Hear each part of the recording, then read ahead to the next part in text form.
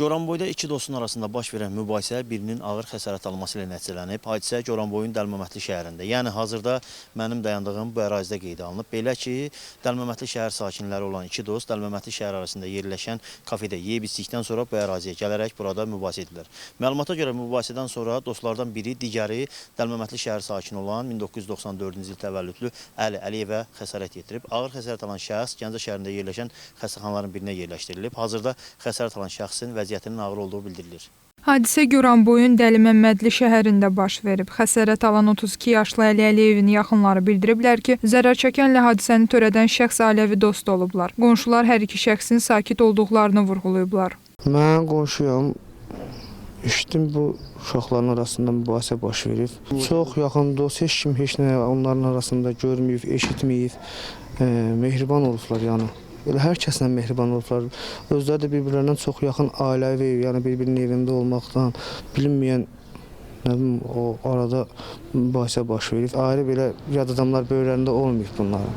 Təzə ailə qurmuşdu, 3 aydır, 4 aydır, bəlkə 2 ay belə.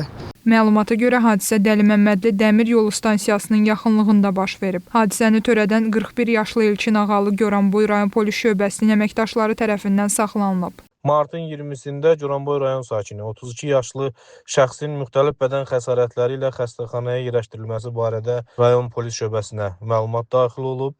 Araşdırmalarla müəyyən edilib ki, rayon sakini 41 yaşlı Elçin Ağalı şəxsi münasibətlər zəminində tanışına müxtəlif dərəcəli bədən xəsarətləri yetirib. Polis əməkdaşlarının keçirdikləri müvafiq tədbirlər nəticəsində Elçin Ağalı saxlanılaraq istintaqa təhvil verilib. Faktla bağlı cinayət işi başlanılıb, müvafiq ekspertizalar təyin olunub, araşdırmalar davam etdirilir.